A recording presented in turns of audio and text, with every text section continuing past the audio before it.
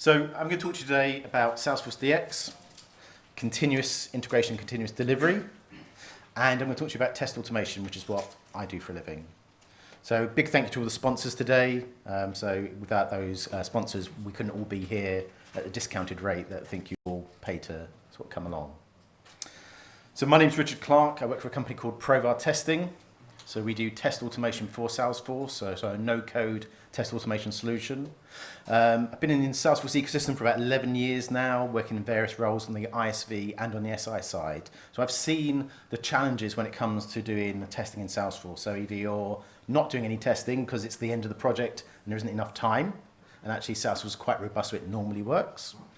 Or you are doing testing properly and maybe you're doing a coded test automation solution and you're actually struggling to keep up with the pace of change that admins are making. I'm also a co-organizer of the Salesforce London Developer User Group. If you're in London ever, please feel free to drop along and join us. It's quite an active community event. Okay, so what is SalesforceDX? Hopefully most of you from this survey already know some of this. But it's a new set of tools. It's been around a while now, but it's evolving, it's changing. But it's really streamlining that entire application lifecycle. So we're moving away from things like change sets and metadata API towards things like SalesforceDX to do more atomic units of work. So we can do more iterative development, do it faster, do more testing within a release, and not have to wait till we get to the end of a project to find out something's broken and working until midnight. Okay? So it helps improve that team development and collaboration by doing smaller units of work. People are working on smaller changes in their own Scratch org, which I'm going to talk about in a few minutes. And that helps you automate that testing for just that isolated unit. And then when you bring everything together, again, it helps you do that continuous integration and continuous delivery. And if you believe you're agile just because you have Jira or because you have a few user stories, you're not. If you're not doing a full continuous integration, continuous delivery, you're not truly agile. So some definitions we're going to use today. So I'm going to talk about CLI, the command line interface, VCS, version control systems. When I talk about packaging 2.0, I specifically mean the SalesforceDX packaging, not the old unmanaged and managed packaging that we know and love. And when I talk about aliases, I'm talking about in SalesforceDX, you can point an alias at an org, and that's a floating alias. So when you're scripting something like a pipeline, you want that alias to not necessarily be an environment variable or a parameter. You may want that to be fixed. So you can move the alias to point at different orgs as you go through your release cycle. I'll also be speaking about Scratch orgs. So those that don't know, a Scratch org is a temporary org that's provisioned very quickly. Scratch orgs very much do away with the need of developer edition orgs for a lot of customers by giving you a vanilla org with certain characteristics. And you can set those characteristics through something called snapshotting. So you can say, actually, I want an org with person accounts, or I want an org with multi-currency enabled. And coming in the pipeline, I'd have a safe harbor slide here if I could, or a forward-looking statement. You will be able to, and we're starting to see the ability to create orgs using the shape of your production org. So you'll be able to take a copy of your production, and we're seeing it with Lightning sandboxes. You can take a very quick copy of production and have the same features enabled, same settings you have in your production org. And that's the long-term goal, I guess. I'm going to talk about pipelines as well. So I'm not talking about any one particular pipeline tool. I'm talking about just the generic way in which you can have CI and CD mechanisms to script the lifecycle. And I'll be using Jenkins today as part of my demonstration. So some of the key features of SalesforceDX is the concept of those disposable Scratch orgs. And the metadata of Scratch orgs is much more granular. They're not working with the case object with 87 record types and one big XML file anymore. You're working on smaller units of change. Okay? And those changes can be synchronized automatically with your version control system as well. So our development is no longer driven by that dev org or that dev edition org or that dev sandbox. It's driven by the source code we have. So we have a proper version control history for the changes we're making by each developer. And then when we pull that all together, there's the Salesforce CLIs at the heart of it. So you may have seen the SFDX commands. So that's really at the heart of what we're doing, or what Salesforce are doing with Salesforce CLI and with SalesforceDX.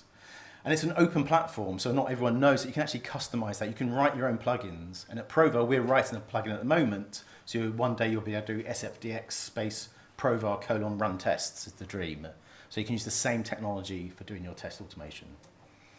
And if you're looking to package your application, your business application, it's not just for ISVs. With packaging 2.0, you need to understand SalesforceDX and how to use it correctly and how to break your application down into multiple packages.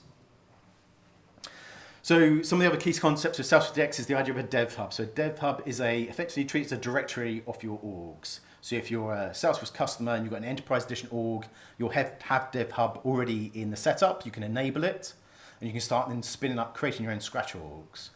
But you can also attach existing orgs, existing sandboxes, for example, to that as well. So it's part of your dev hub.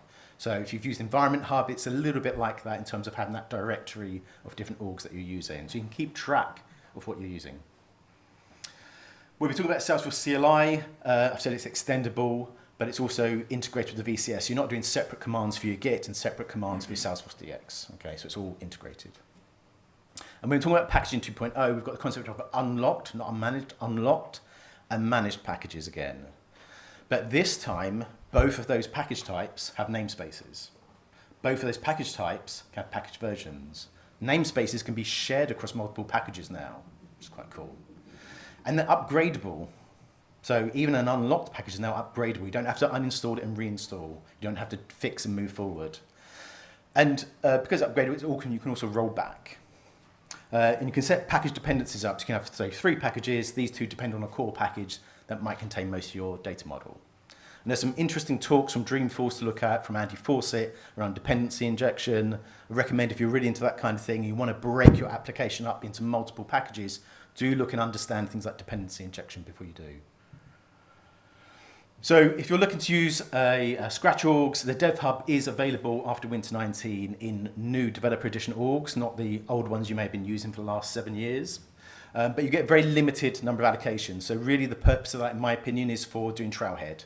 So yeah, fine, use your Dev Hub from your Dev Edition for Trailhead, but do not try and use it for production use, okay? Because you'll run into limits very quickly. When we spin up a Scratch org, you should be thinking about doing one user story in that Scratch org.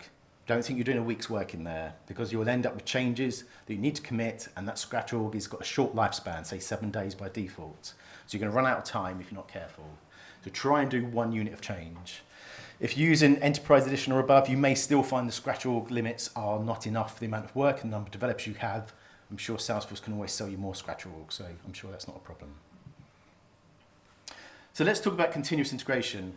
So when we talk about continuous integration, we're talking about automated testing to validate changes, and we're automated running those unit tests and even things like Provar functional tests.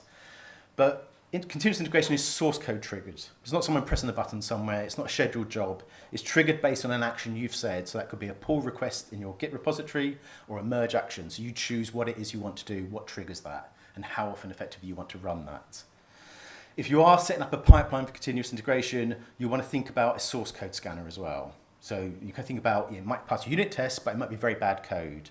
So there are tools out there, things like Clayton and CodeScan and various other tools, which will give you some confidence that what you're testing is actually good code to start with. Why would we go through this hassle of our continuous integration on bad code we're going to go and rewrite anyway after it's been through a peer review? So as part of that continuous integration, you want to run all your unit tests typically. So you want to make sure those are passing, make sure you've got your code coverage, and make sure you've got the quality metrics. And I also think you want to be doing a limited set of UI and API tests, possibly only on the new features that you've changed, or maybe you've got a regression risk that you want to make sure is okay, so you use some regression tests in there as well. When we're looking at continuous delivery or continuous deployment, it's slightly different. So you definitely can do automatic deployments to test and validate a release from one org to another. And that could be a package. It could still be a metadata API call if you wanted to. It could be a change set if you wanted. But it can be triggered by source code, like we saw with the continuous integration, or it could be on a scheduled basis. It could be at 2 a.m., I've scheduled this, I've validated the release, I know it's going to work in that org, and that's when it's going to go in when no users are on that sandbox or that org. Or it could be manually initiated. Now, you could choose in that, because it's a deployment, whether you want your unit tests to run automatically or not. So you have to, obviously, it depends on your deployment settings. But you don't necessarily have to run those unit tests again yourself as part of your pipeline. But you do want to do some sort of smoke testing after you do that deployment. So that's when you want to run your more comprehensive set of regression tests.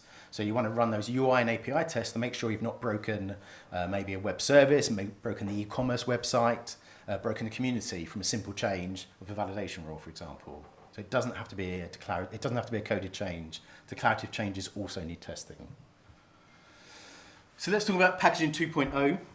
So with packaging 2.0, it allows you to containerize your application to multiple modules, multiple packages, which is much easier to make them interdependent, even if they've got fields on the same object. So that's going to improve your parallel development. There's a metric somewhere about effective development teams tend to be between 6 to 8 people. After 8 people, productivity tends to tail off. So if you've got more than that in a team, you may want to think about breaking your application down. And if you can break that down in different packages, then it's easier to know the scope of whose changes it, who's looking after that package, rather than 2 teams trying to work on the same object, the same account object, for example.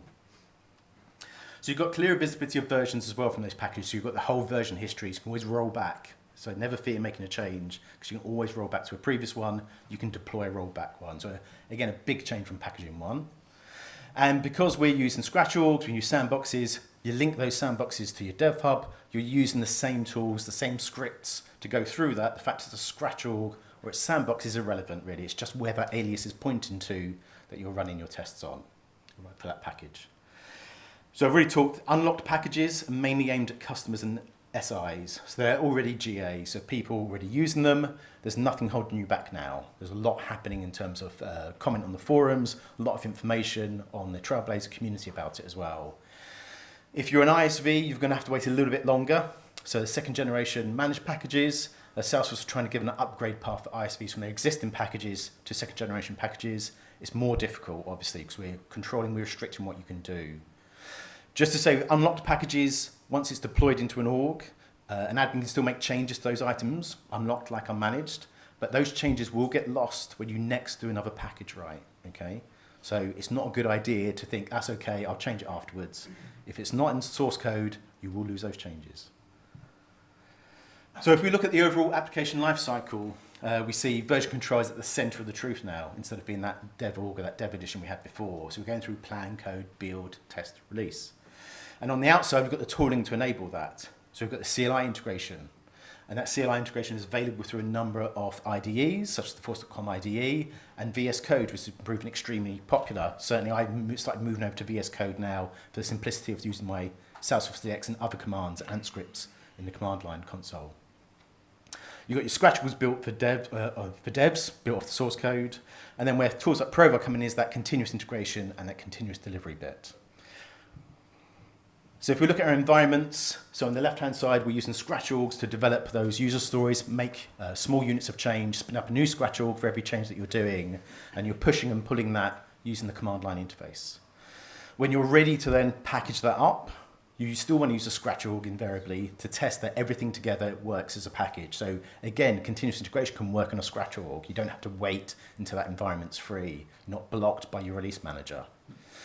When you're ready to then take that package you've created, you can put that into your, say, Dev Pro or one of the new Lightning sandboxes to do your initial sort of staging or system test.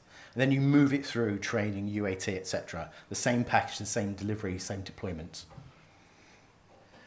So with continuous delivery, we're mitigating risk, which increases confidence, improves communication, reduces overhead, ensures consistency. So the business trusts us more. We're making changes that are tested better. We're making smaller changes at once. And now we have a rollback strategy, which has been a problem in the past. As I say, I've always said to people, sorry, we've got to fix and go forward.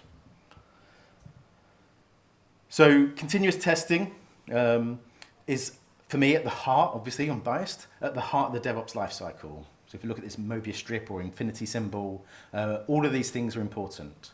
But a lot of customers aren't doing continuous testing, or if they are, they're struggling with it. They may be doing it manually, they may be using code. But ultimately, what we do is execute automated tests as part of that pipeline, so we're not having to do boring things by humans anymore, and we're not having to maintain code. So along with your DevOps process, that gives you that end-to-end piece. And if you really want to be agile, as I said earlier, you can't be agile if you're not doing continuous testing or any of the other components. So you can, when it comes to test automation, a lot comes to doing things manually, and there is a place for that if you're doing infrequent changes, okay? Or you've got a very simple org or a low risk of changes having an impact. Manual testing is okay, but if you're doing things frequently, it's a very costly way to test your releases.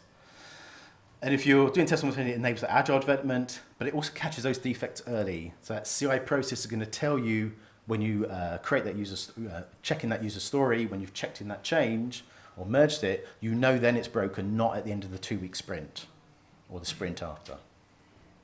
So Provar, we're a UI and API testing expert for Salesforce. So we're unique in being the only one dedicated to Salesforce. And we use Salesforce metadata so our tests are more robust. So we're not linking to XPaths or CSS. We do run with Selenium at execution time, but we don't do that for the for storing the test. We don't write code. Okay, we execute using code. And we provide you the end-to-end testing. So you want to test Salesforce, but you've probably got some integration into a order management system or into an e-commerce system or some inputs coming in, some web-to-lead forms from your marketing system.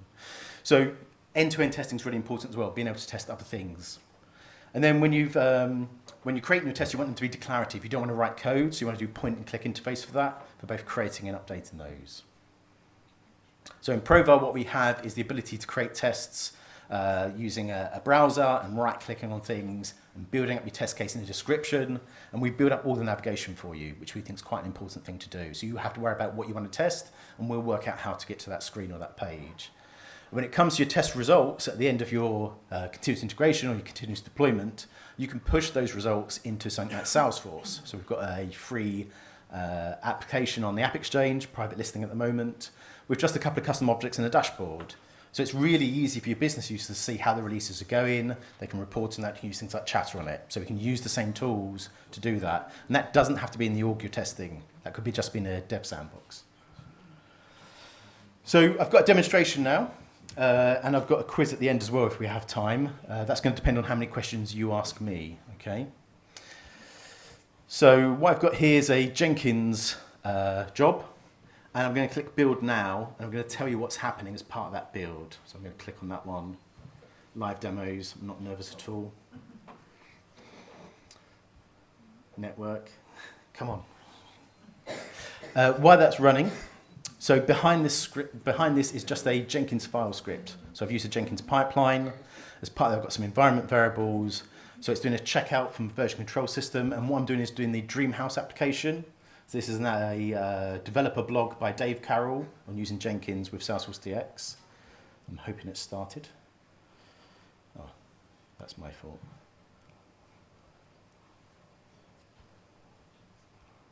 It's quite important it displays it. Fingers crossed for the network. So what we're doing is we're authenticating my credentials. So I've stored my DevHub credentials in Jenkins securely. I'm going to give away the password for that one. I'm then doing an org create. So I'm creating that scratch org, and I'm going to give it an alias. I'm doing setting a default username, and I'm getting a password for that as well. So I need a password for Provar to log into it because I'm not installing into that org any connected app or anything like that. Then I'm going to push my changes to that org, grant a permission set so I can run some tests against the changes that I've done there, run my Apex unit tests, load some data, quite important, and then I'm going to run some Provar test cases. So I'm hoping I may have to do a here's one I did earlier. Let's see what's going on here. So it's running, I'm just not getting the visualization. So it's already gone through on that pipeline. It's on getting the credentials. I do apologize, the network's just really slow here at the moment.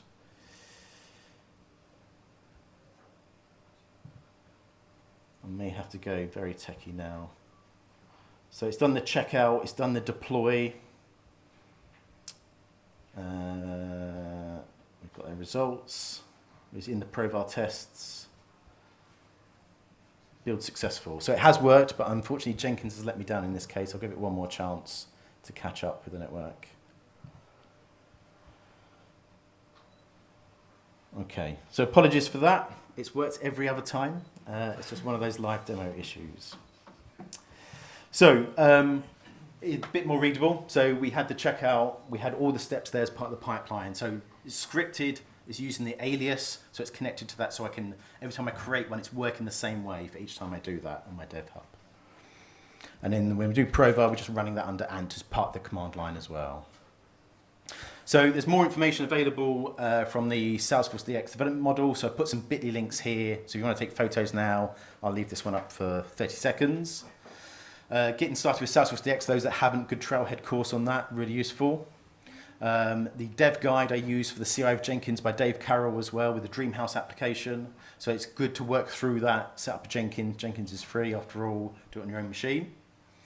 We've done a video as well about integration with Provar and test automation. And if you want the free App Exchange app for test results, then again, just Provar TIR and a bit.ly link will take you to that. Just wait for the last photos. Okay, so if you want to know more about Provar, you can come see us just across from the keynote area. We're in the main area, down near the food and drink, of course, where we like to be in the coffee machine. So you'll see us with a nice bright blue stand. So questions for me, otherwise I'm going to ask you some questions. Any questions? No? Okay. If you want to go on your phones and go to kahoot.it, we're going to play a game. So if you go to Kahoot, or if you've got the Kahoot application, then you can join. We're going to put a game number up, so hands up if you're participating, if you're going to Kahoot. Anyone else? Anyone else? Go on.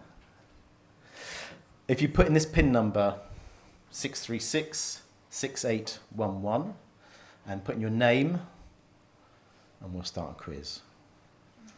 Thank you, Ludo. Appreciate it. There we go. We've got a few more, 6, 7, 8.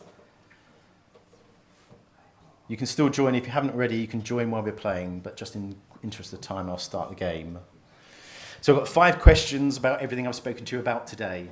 So, which SalesforceDX command is used to create a new Scratch org? Hit the red triangle if it's SFDX force auth JWP grant, blue diamond force create org, yellow circle force org create, or green square SFDC org create.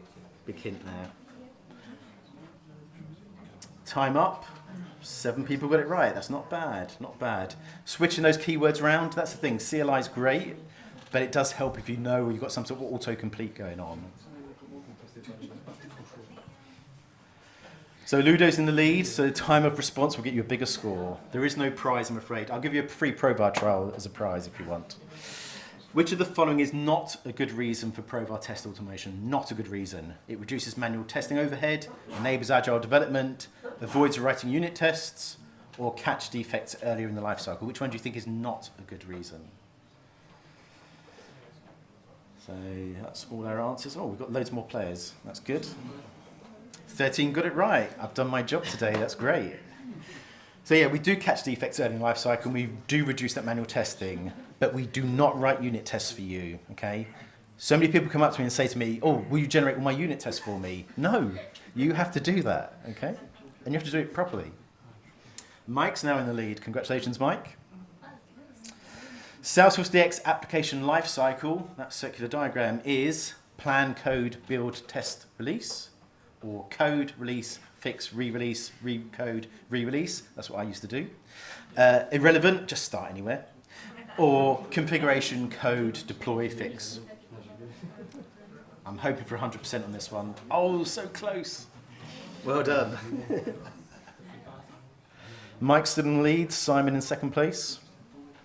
Which of the following is true? Only developer-controlled packages can have namespaces. Developer-controlled packages can be deployed to production. Unlocked packages cannot remove custom fields they create. Or unlocked packages can be deployed to production orgs. Only one of those is true at the moment. It's a little bit of a nasty question.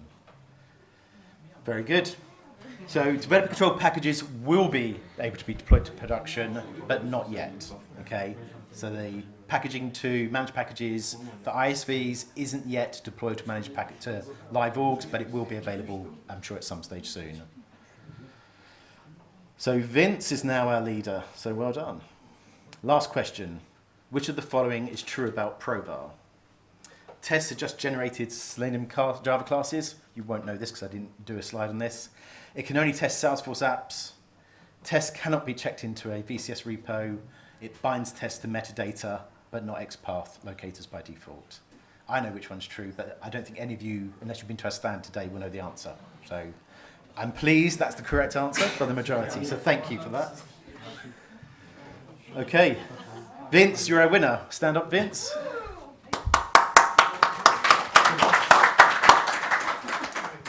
And my pipeline's still not there. Oh, there it is. It scrolled. Look at that. It was just scrolled off the screen. So that's one we did today, and we got a successful result for that as well. I just didn't scroll far enough. So, if there's no other questions after that, thank you very much. Thank you for coming today. Enjoy your day.